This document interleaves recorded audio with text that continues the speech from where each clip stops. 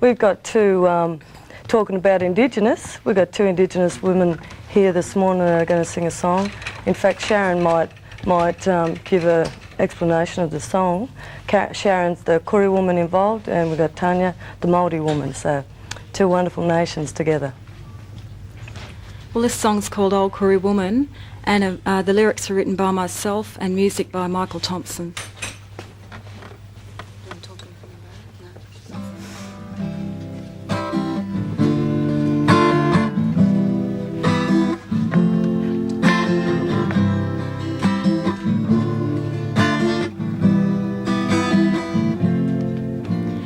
Old Koori woman, ancestor of my past, I never knew you, but your spirit lives in my heart. Old Koori woman, married to God, generations later, they forget their blood. Old Koori woman, I feel you in me, wanting to tell of a dream time free.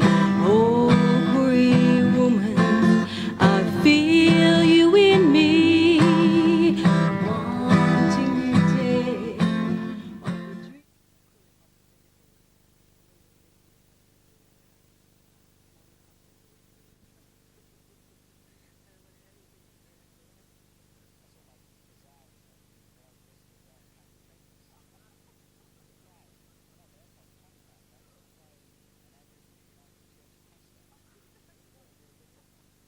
Anybody who expected that a Royal Commission would stop Aboriginals dying in custody is either incredibly naive or a complete and utter fool. There's no way that a Royal Commission is going to stop Aboriginal people either dying in custody or dying in the communities.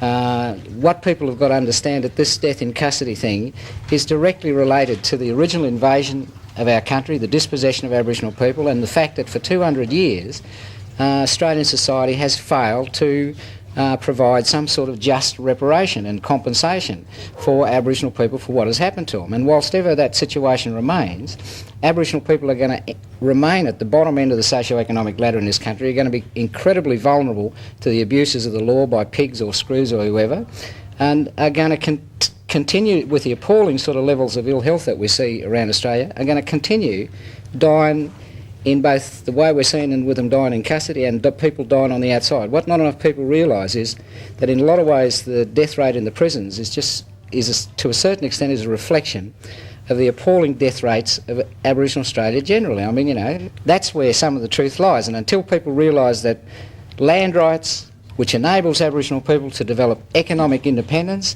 which enables them to, for the first time in 200 years after attaining economic independence, be in a position to exercise true self-determination, decide for themselves the direction that their communities go in the future, and are making decisions for themselves and are generating the resources to overcome the problems that exist in their communities, and then be in a position to restore the self-respect and the dignity and the self-esteem. Until all of that happens, you're going to see people dying in jails and on the outside. And there's no point in people thinking that a Royal Commission is going to stop deaths in custody. It's not. Simple as that. Black and white breakfast. Metro 31.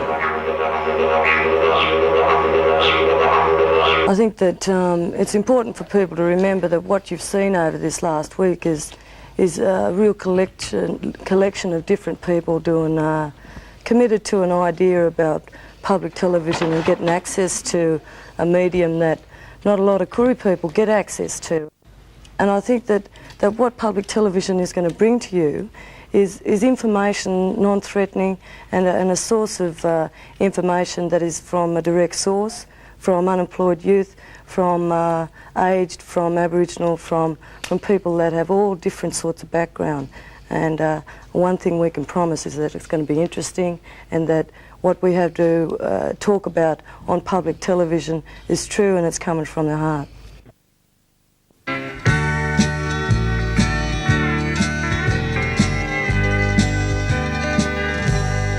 I was in a sad and sorry state the day they brought me through that gate. I felt just like a bird in a great big cage. Then they put me in a wing where the lifers think they're king. If you're weak, you'll never live to see your day. Zombie jail, you're cruel and bad. You have made sane men go mad. Some have even took their lives different times. But you won't do that to me. I'll still be sane when they set me free. And I pray to God, help me keep my mind. And I pray to God, help me keep my mind.